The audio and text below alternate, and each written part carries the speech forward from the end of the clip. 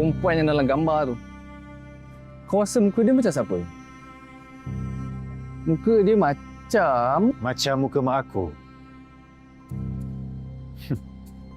Sorry lah Hassan, aku ni belum bodoh lagi tau nak percaya gambar AI yang kau edit sendiri ni.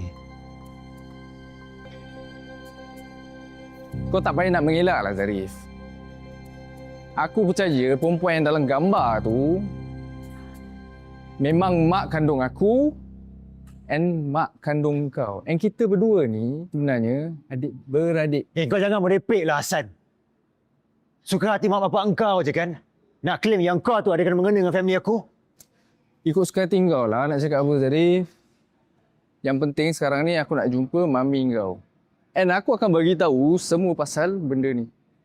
And kau sikit pun tak boleh nak halang aku. Kau cakap apa ni ha? Apa maksud kau ni Hassan? Aku tak akan teragak-agak nak bagi tahu semua rahsia kau. Kau upah aku untuk bunuh Zulaikha, intip Zulaikha, and rahsia kau untuk mulut harta mami kau sendiri. Apa benda kau cakap ni Hassan? Ha? Kau diam boleh tak?